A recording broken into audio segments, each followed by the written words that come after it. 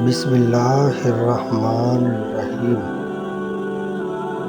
والدین کی سختی برداشت کرو تاکہ باکمال ہو سکو، تاکہ خدا تم کو دنیا میں بلند کر دے۔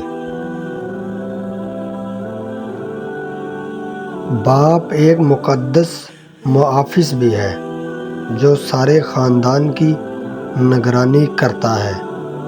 اپنے ماں باپ کا حکم مانو تاکہ خوشحال ہو سکو۔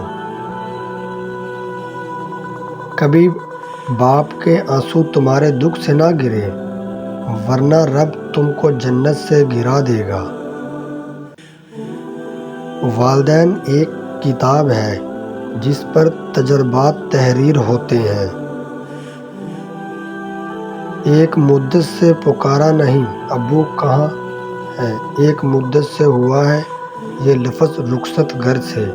یا اللہ، جن جن کے ابا اس دنیا سے پردہ فرما گئے ہیں، ان سب کو جنت میں اعلیٰ مقام عطا فرما، آمین۔ کبھی وقت ملے تو اپنے والدین کے چہروں کی طرف دیکھنا، آپ کو پتہ چل جائے گا آپ کا مستقبل بناتے بناتے وہ خود کتنا ٹوٹ گئے ہیں۔ ماں باپ دنیا کی ہر ٹھوکر برداشت کر سکتے ہیں، سوائے اولاد کے ہاتھوں لگی ٹھوکر۔ میرے قدم کیسے ڈگمگا سکتے ہیں، مجھے تو چلنا میرے بابا نے سکھایا ہے۔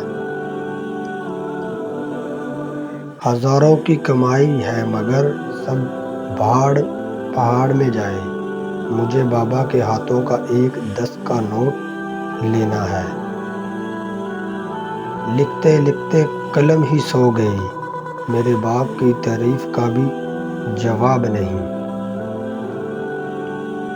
قدر کیجئے ان ہاتھوں کی جن ہاتھوں نے ہماری بنیادیں مضبوط کرتے کرتے اپنے ہاتھوں میں لاٹھیاں اور تسبیحاں پکڑ لی ہیں۔ قدر کیجئے اپنے والدین کی۔ کہتے ہیں انسان اپنا پہلی پیار بھی کبھی نہیں بھول سکتا، پھر لوگ کیوں اپنے والدین کو بھول جاتے ہیں۔ باپ کے سائے سے بڑی دنیا میں کوئی نعمت نہیں ہے۔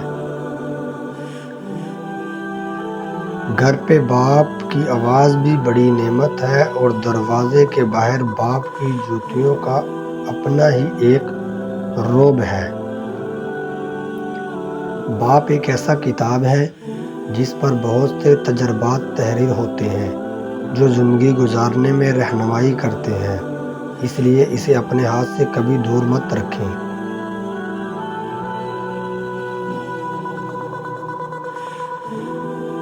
زندگی اور حالات جب تھکا دیتے ہیں، اس لمحے ابو کی یہ بات ہمت اور حوصلہ بڑھا دیتی ہے کہ میرا بیٹا بہت بہادر ہے۔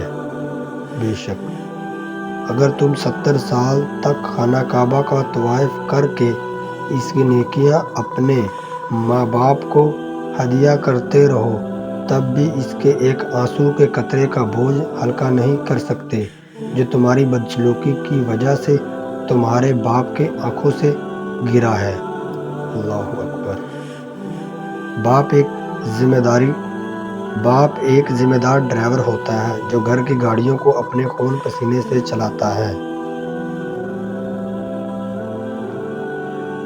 اپنے ماں باپ سے اونچی آواز میں بات مت کیا کرو، جس دن وہ خاموش ہو گئے اس دن تم ان کی آواز سننے کو ترسو گے۔